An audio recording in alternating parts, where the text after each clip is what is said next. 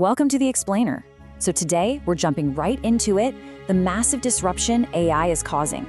The big question is, how do you not just get by, but actually come out on top? We're gonna break down some pretty wild predictions and give you a straight-up survival kit for this new economy. All right, let's start with a quote that'll make you think. Plumbers will regularly earn more than lawyers. I know, that sounds kind of crazy, right? But it really points to this huge shift that's happening. Think about it. For decades, we've kind of looked down on hands-on blue-collar work. But now, in a world where AI can basically do a lot of knowledge work, those physical skills, the ones you can't just automate away, they're about to become super valuable. So, that brings us to the big question, probably the most important question for all of us right now. In this age of AI, how do you actually secure your future? To get to the bottom of this, we're going to lean on the insights of entrepreneur Daniel Priestley. He sees this moment as having two sides. Yeah, incredible danger, but also historic opportunity. So let's figure out what's really coming our way. Okay, first up, the Great Disruption. And look, we're not just talking about some small changes here. We are living through something as big, if not bigger, than the Industrial Revolution.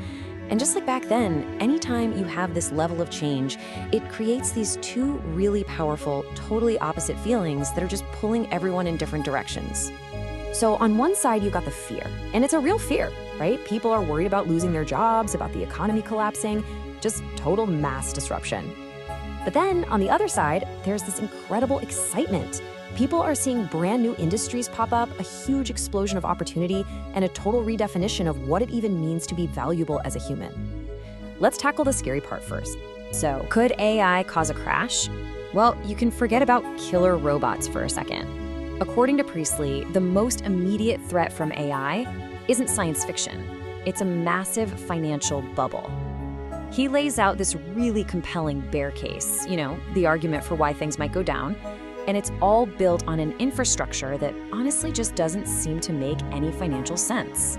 And if you look at history, there's a really clear pattern here. Seriously, whenever an economy spends more than 3% of its GDP on a brand new type of infrastructure, what happens? It leads to a financial crash. It happened with the railway mania in the 1840s, with electrification in the 20s, the big highway build-out in the 50s, and now? Well, now we're doing it with AI, data centers. But here's where it gets really interesting. This time, there's a huge difference. Think about traditional infrastructure. Train tracks, they last for over 100 years. Roads, 50+ years. Even fiber optics last about 30 years. But AI data centers, they're basically useless in just 3 to 4 years. 3 to 4 years, that's it. And the amount of money we're talking about is just staggering. We're on track to spend $650 billion a year, every single year, on these data centers. To give you a sense of how much that is, it's like giving every single person in the United States a brand new iPhone Pro every year. It's an absolutely astronomical investment in something that becomes a paperweight in just a few years. So, what's the bottom line here? The prediction is that all this unsustainable spending, pouring money into assets that lose their value so fast, could trigger a massive financial meltdown around 2029, exactly a century after the Great Depression. A little spooky, right? But remember, that's only one side of the coin. All right, enough of the doom and gloom. Let's flip this around and look at the other side of this double-edged sword. Let's talk about the explosion of opportunity and how all this disruption is actually creating this incredible wave of new possibilities.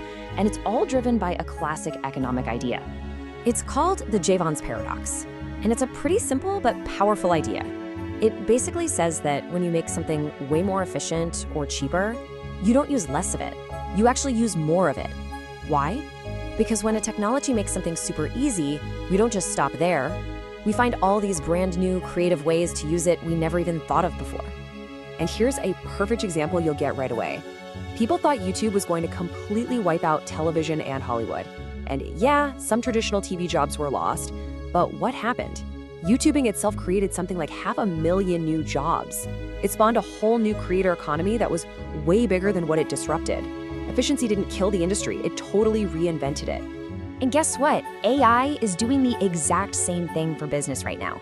You know, the old way of starting a software company, you needed a big team, maybe 50 people, and you had to go raise millions of dollars in funding. Now, with AI, 2 people can launch a super profitable, really niche software business. And you don't need 10,000 customers. You might only need 500. This is creating a whole new category of business. Priestley calls them lifestyle businesses. And these are really cool. They're small, they're profitable, they're focused on a specific niche, but they also blend the software side of things with a real community, offering things like dinners or retreats. It's never been easier to build something like this. And the goal isn't to be the next billion-dollar unicorn. The goal is freedom and fulfillment. So let's bring it all together. You've got this world with the potential for a massive crash on one side and this incredible explosion of opportunity on the other. How do you make sure you land on the right side of that? Well, the key, maybe surprisingly, isn't learning to code or some other specific technical skill. It's all about adopting a new way of thinking. And this is maybe the single most important takeaway from our whole conversation today. The most important skill set to survive and thrive in the age of AI is the entrepreneurial skill set. And listen, this isn't just for people who want to start companies. The ability to spot an opportunity, test an idea, create value. That's now the essential mindset for everyone in any career if you want to navigate all this change. And the great thing is, it's not some kind of magic. It's a process. It's a playbook. Entrepreneurs follow these simple, repeatable steps to take an idea and make it real. You find an opportunity, you validate your idea, you get to what they call product market fit, which is just a fancy way of saying you've made something people actually want and are willing to pay for. It's a playbook that anyone can learn and apply. Okay, so where do you find your opportunity? The answer is actually pretty simple. It lies in what makes you, you, what makes you uniquely human. It's your lived experience. It's your wins and your failures, your personal playbooks for how you got through things. And AI can read about all that stuff, sure, but it can never, ever feel it. And that's so important because at the end of the day, relatable beats impressive every time. People don't connect with a long list of credentials on a resume. They connect with real human stories, your struggles, your journey, the lessons you had to learn the hard way. That is what builds trust. And that is what creates value that an AI simply cannot replicate. So as we finish up here, I want to leave you with this one question to think about. What is the one thing that only you can say? Seriously, think about that. Because in an age where AI can generate an answer for almost anything, your greatest asset, your real competitive advantage, is that one story, that one piece of wisdom that can only and will only ever come from you.